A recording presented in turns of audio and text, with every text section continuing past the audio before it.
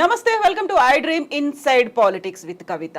హైడ్రా అనే అస్త్రాన్ని రేవంత్ సర్కార్ తెర మీదకి ఎందుకు తీసుకొచ్చింది? దానికి చట్టబద్ధత లేదా? ఒకవేళ హైడ్రాతో ముందుకే వెళ్తే కోర్టు కేసులతో కోర్టు అడ్డుకునే ప్రయత్నం చేస్తుందా? దీనికి ఏమైనా ఎక్సెప్షన్స్ ఉన్నాయా? విద్యాలయాలతో పాటుగా హాస్పిటల్స్కి ఎగ్జంప్షన్ ఉందా? ఎవరెవరికి హైడ్రా వర్తిస్తుంది, ఎవరికి వర్తించదు? బోల్డ్ అన్ని డౌట్స్ ఉన్నాయి. మాట్లాడుకోవడానికి ప్రస్తుతం మనతో పాటుగా ఉన్నారు senior advocate and BJP MP Raghunandan గారు. హలో అండి రఘునందన్ గారు, ఎలా ఉన్నారు మీరు? Fine madam, thank you. HYDRAA అనగానే ఎందుకని ఫస్ట్ అదొక డైవర్షన్ పాలిటిక్స్ అనేది గుర్తొస్తోంది. నెక్స్ట్ బెదిరింపులు, భయపెట్టడానికి వాడుకుంటున్నారు అనేది అటు బీఆర్ఎస్ చెప్తోంది, బీజేపీ కూడా అదే మాట అంటోంది. మీరెలా చూస్తున్నారు? బీజేపీ ఆ మాట ఎప్పుడు అనలేదు, లీడర్స్ అంటున్నారే కొంతమంది. సో అభిప్రాయాలు రకరకాలుగా ఉండడంలో తప్పేం లేదు. మీ చేతికున్న 5 రకరకాలుగా ఉన్నప్పుడు వ్యక్తుల మధ్యలో అభిప్రాయ భేదాలు ఉండడాన్ని తప్పెట్లా పెడతారు? Bharatiya Janata Party stands for nature. Narendra Modi గారు చాలా స్పష్టంగా చెప్పినారు, తల్లి పేరు మీద 2 మొక్కలు నాటండి అని నరేంద్ర మోడీ గారు చెప్పినారు. చాలా మంది విమర్శించేటోళ్ళు విమర్శిస్తారు. ఎందుకు చెప్పినారు నరేంద్ర మోడీ గారు 2 మొక్కలు పెట్టండి అని? అంటే ప్రకృతి పర్యావరణం 2 దెబ్బతింటున్నాయి, ఎకలాజికల్ ఇంబ్యాలెన్స్ జరుగుతూ ఉంది, పర్యావరణాన్ని రక్షించాలి.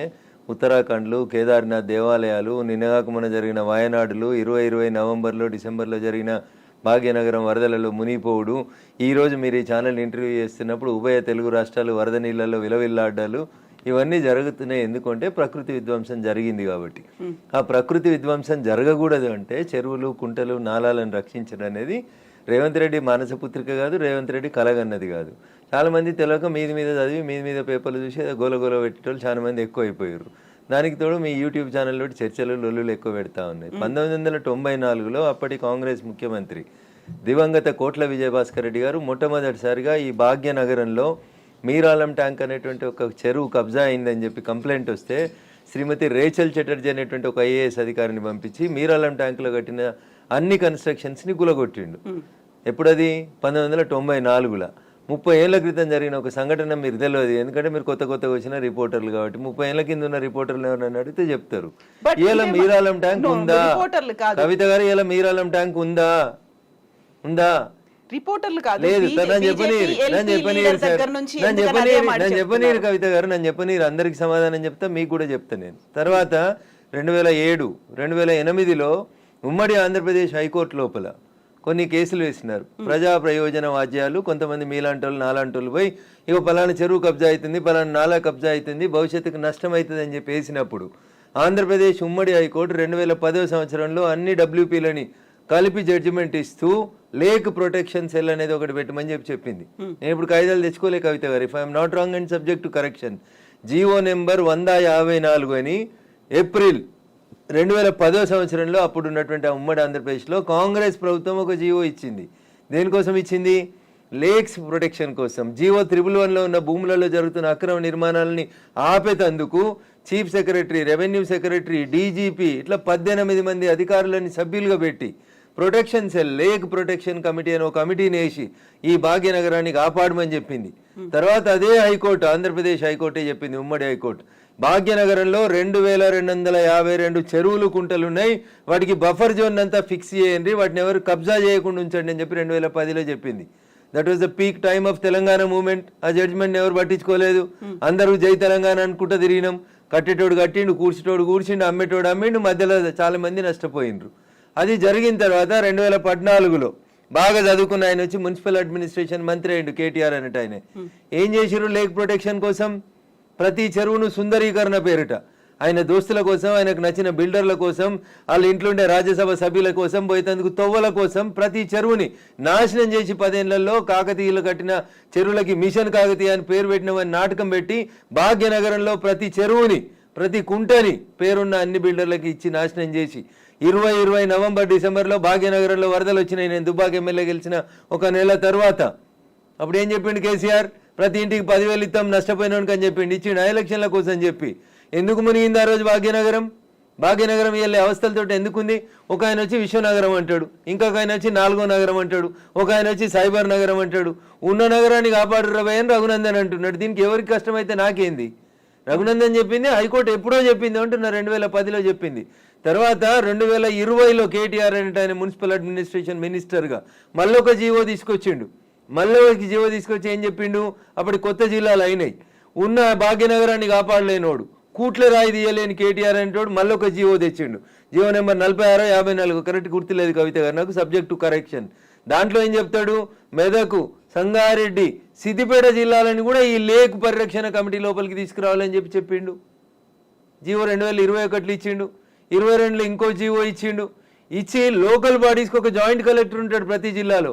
ఆ లోకల్ బాడీస్కి జాయింట్ కలెక్టర్ ఎవరైతే కలెక్టర్గా పనిచేస్తున్నాడో ఆయనను వీటికి లేక్ల రక్షణ కోసం ఇన్ఛార్జిగా పెట్టిండు. ఎన్ని చెరువులు కబ్జా అయినాయి, ఎన్ని కుంటలు కబ్జా అయినాయి? సాక్షాత్తు రాష్ట్ర సర్వోన్నత న్యాయస్థానం హైకోర్టు చెప్పిన 2252 చెరువులు కుంటలు ఏడునే పోదాం పాండ్రి రాండి. మా జర్నలిస్ట్ మిత్రులు మరో మంచికో చెరువుని దత్తత తీసుకోరి, కాపాడు చెరువుని. రఘునందన్ ఏదో మాట్లాడుతూ ఉన్నాడు, రఘునందన్ హైడ్రాకి సపోర్ట్ చేస్తూ ఉన్నాడు, బీజేపీ ఎల్పీ లీడర్ వద్దన్నాడు, చెరువులు కట్టమని చెప్పిండా మా ఎల్పీ లీడరు? మా ఎల్పీ లీడర్ చెప్పిండు కదా, ఆ ఫాతిమా కాలేజ్ సల్కం చెరువులో కట్టిందని కూలగొట్టమన్నాడు. దాని గురించి ఎందుకు మాట్లాడారు? ఎవరిని బెదిరించినాం? మీ దగ్గర జేసీబీలు లేకపోతే మేము జేసీబీలు ఇస్తామో అని చెప్పినాం, కిరాయి లేకుండా ఫ్రీగా ఇస్తామో బుల్డోజర్లు, తప్పేముంది అందులో? మా ఎల్పీ లీడర్ గది మాట్లాడింది చూసిన నేను మాట్లాడిందని మా ఎల్పీ లీడర్ ఏడో కాంట్రాడిక్ట్ చేయలేదు. ఏం చేసిర్రు? కేవలం పెద్దల్ని కాపాడడానికి, పేదల కోసం ఫైట్ అనేది దీన్ని యాక్చువల్ గా ఎలా చూస్తున్నారు? పల్లం రాజు అంటే పేదోడా పెద్దోడా? పల్లం రాజు ఏ పార్టీలో ఉన్నాడు? నాగార్జున అనేటోడు పెద్దోడా చిన్నోడా? ఏం మాట్లాడతారు మీరు? మల్లారెడ్డి కాలేజీ కూలగొట్టొద్దా? మీరు పొంతన లేని ప్రశ్నలు అడగొద్దు. ఎవడు పెద్దోడు ఎవడు పేదోడు? చెరువులో కట్టినోడు పెద్దోడు అయితేంది, పేదోడు అయితేంది. చట్టం ముందు అందరు సమానమైన ముచ్చట చెప్తాం కదా మనం అందరం. మరి పెద్దోడు అయితేంది, పేదోడు అయితేంది? వాయనాడు ఎందుకు కొట్టుకుపోయింది? 4 రోజుల కింద ఎందుకు కొట్టుకుపోయింది? ఇదే NDRAలు, నేషనల్ డిజాస్టర్ రెస్పాన్సిబుల్ టీములు అన్నీ కూడా, నేషనల్ డిజాస్టర్ మేనేజ్మెంట్ టీములు కూడా అన్నీ ఏం చెప్పినాయి? అక్కడ తొలగించుర్రు, ఆ కట్టడాల చెరువులు కడ్డంగా, గుట్టలు కడ్డంగా, కొండలు కడ్డంగా కట్టినాయి అని చెప్పారు. తొలగించిరా? తొలగించలేదు. తొలగించకపోతే ఏమైంది? పార్లమెంట్ నడుస్తున్నప్పుడు లాస్ట్ మంత్లో చూస్తున్నాగా మనుషులు కొట్టుకుపోయారు కదా, ఊర్లు కొట్టుకుపోయినాయి కదా. మీరు ఎందుకు ప్రకృతిని విధ్వంసం చేస్తారు అంటున్నా. ఎవరిచ్చారు మీకు ఆ రైట్? ఒక సైన్స్ టీచర్ అడుగుతున్నా, పక్కకు పెట్టి రఘునందన్ ఎంపీ బీజేపీ మెదక్ పక్కన పెట్టి మాట్లాడుతున్నా. పర్యావరణ హితం కోరుకునే ఒక సైన్స్ టీచర్గా మాట్లాడుతూ ఉన్నా నేను.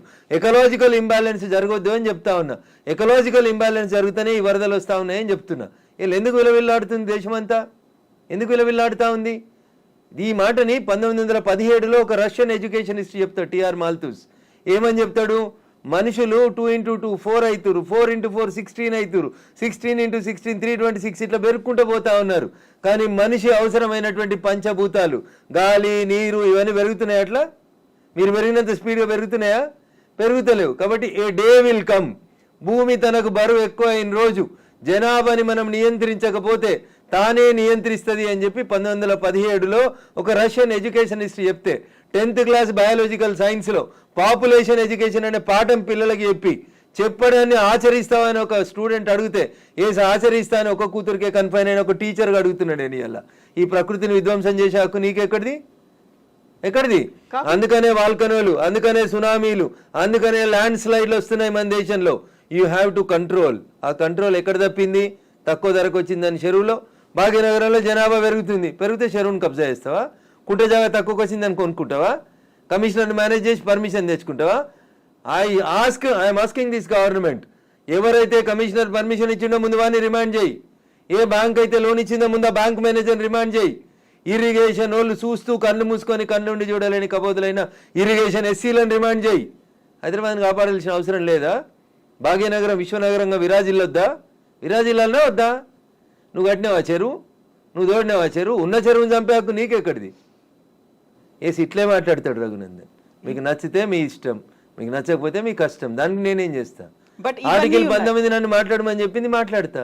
మీరు నేను మాట్లాడితే ఆ పక్కన ఉన్నాయని ఏం మాట్లాడితే నాకేంది? ఎగ్జాక్ట్లీ ఇవన్నీ ఉన్నాయి. కాకపోతే పెద్దోడా? కోర్టు కేసులనే భారతదేశ సర్వోన్నత న్యాయస్థానం చెప్పింది, సుప్రీంకోర్టు, చెరువులు, కుంటలు, నాలాలు ఎవరు కబ్జా చేసినా నిర్దాక్షిణ్యంగా గులగొట్టమని చెప్పింది. ఈ దేశంలో సుప్రీంకోర్టు కంటే పెద్ద కోర్టు ఏంది? ఏం కోర్టు ఉందో అంటున్నా. ఎవరు పడితే వాళ్ళు స్టే ఎట్లా ఇస్తారు? ఎవరు ఇచ్చారు మీకు అధికారం? సుప్రీంకోర్టు చెప్పింది వినాలని హైకోర్టులకు లేదా?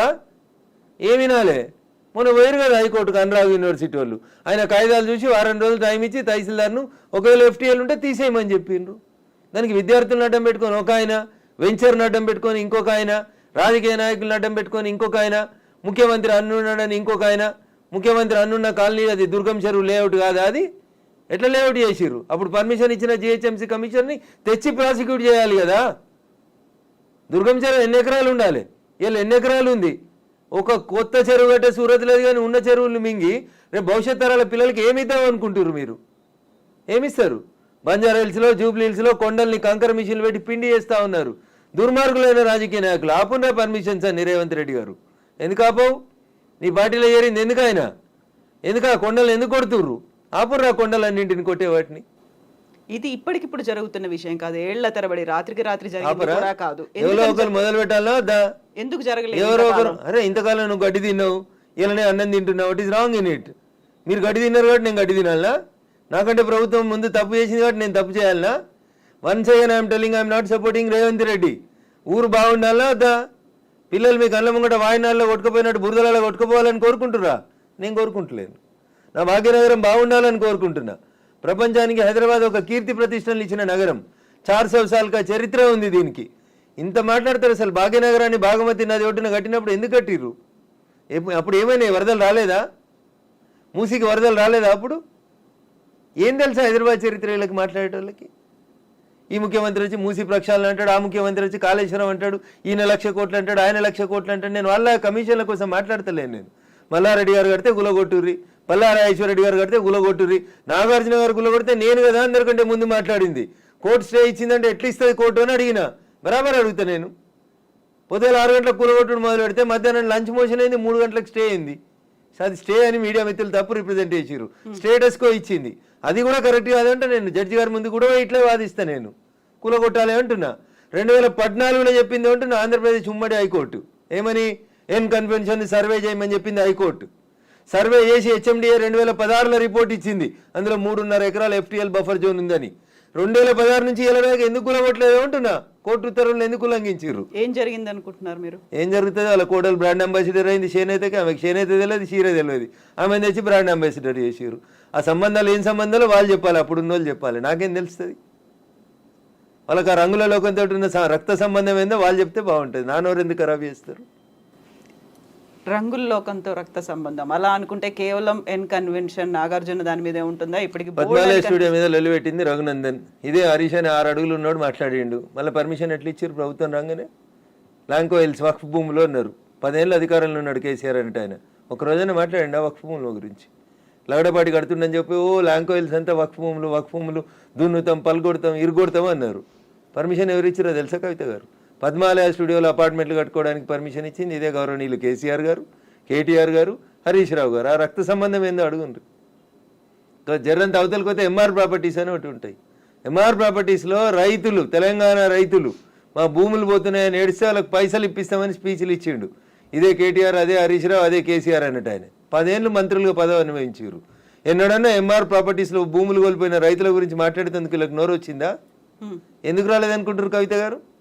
కారల్ మార్క్స్ అని కమ్యూనిస్టు సిద్ధాంతకర్త చెప్తాడు, మానవ సంబంధాలన్నీ ఆర్థిక సంబంధాలనే చెప్తాడు.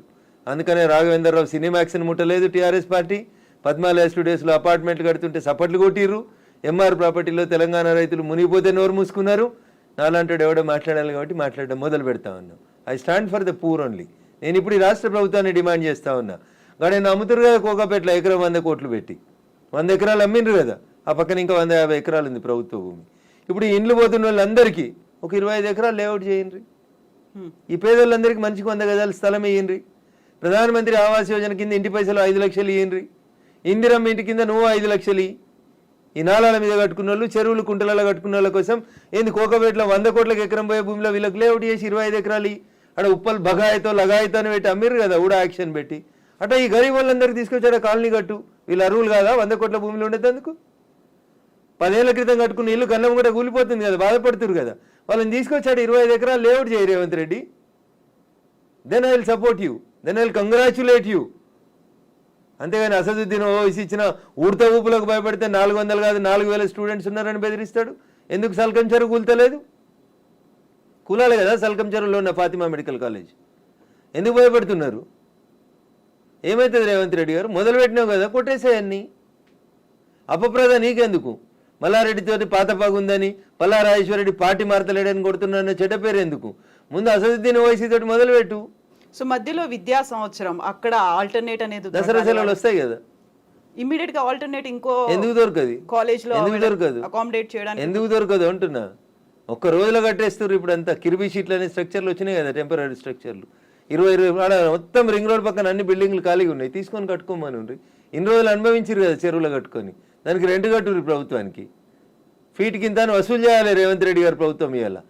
నిజంగా ఎవరైనా పేదలకు నష్టం జరుగుతుంది చెరువులలో తెలిసి తెలియక అమాయకంగా ప్రభుత్వం లేఅవుట్కి పర్మిషన్ ఇస్తే కట్టుకున్న వాళ్ళు ఉన్నారు, వాళ్ళందరినీ తీసుకొచ్చి కోకపేటలో పెట్టండి అంటున్నా. ఏంది ప్రాబ్లం ఏంది మీకు? గరీబులు అక్కడ ఇల్లు కట్టుకోదా కోకపేటలో?